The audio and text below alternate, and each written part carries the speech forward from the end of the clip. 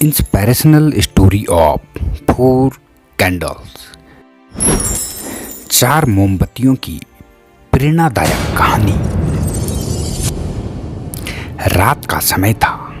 चारों ओर घना अंधेरा छाया हुआ था। केवल एक ही कमरा प्रकाशित था, क्योंकि वहां 4 मोमबत्तियां जल रही थी। चारों मोमबत्तियां एकांत देख आपस में बातें करने लगी। पहली मोमबत्ती बोली, मैं शांति हूँ। जब मैं इस दुनिया को देखती हूँ तो बहुत दुखी होती हूँ। चारों ओर लूट खसोट और हिंसा का बोलबाला है। ऐसे में ही यहाँ रहना बहुत मुश्किल है। मैं अब यहाँ और नहीं रह सकती।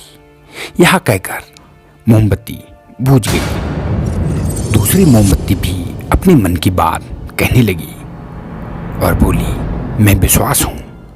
मुझे लगता है कि झूठ, धोखा, फरेब, बेईमानी मेरा वजूद खत्म करते जा रहे हैं। ये जगह अब मेरे लायक नहीं है। मैं भी जा रही हूँ। इतना कहकर दूसरी मोमबत्ती भी बुझ गई। तीसरी मोमबत्ती भी दुखी थी। वह बोली, मैं प्रेम हूँ। मैं हर किसी के लिए हर पल जल सकती हूँ, लेकिन अब किसी के पास मेरे लिए वक्त नहीं बचा। स्वार्थ और नफरत का भाव मेरा स्थान ले जा रहा है। लोगों के मन में अपनों के प्रति भी प्रेम भावना नहीं बची। अब यह सहना मेरी बस की बात नहीं। मेरे लिए जाना ही ठीक होगा। यह कहकर तीसरी मोमबत्ती भी बुझ गई। तीसरी मोमबत्ती बुझी ही थी कि कमरे में एक बालक ने प्रवेश किया। मोमबत्तियों को बुझा हुआ देखकर उसे बहुत दुख हुआ। उसकी आंखों में आंसू बहने लगे।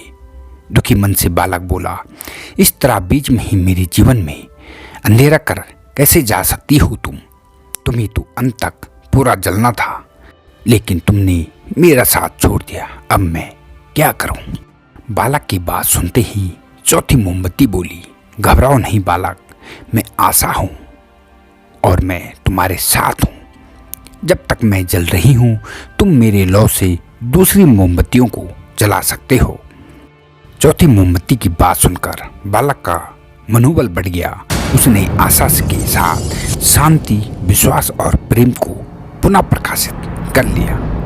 दोस्तों, जीवन में समय एक साथ नहीं रहता। कभी उजाला रहता है तो कभी अंधेरा। जब जीवन में अंधकार आए, मन अशांत हो जाए, विश्वास डगमगाने लगे और दुनिया पराई लगे, तब आस का दीपक जला लेना। जब तक आस का दीपक जलता रहेगा, जीवन में कभी अंधेरा नहीं हो सकता। आस के बल पर ही जीवन में सब कुछ पाया जा सकता है। इसलिए आस का साथ कभी ना छोड़े। तो दोस्तों, कहानी आपको कैसे लगी कमेंट्स बॉक्स में अवश्य बताएं। तो मिलते हैं एक और नई इंटरेस्टिंग मोरल स्टोरी के साथ। तब तक के लिए धन्यवाद।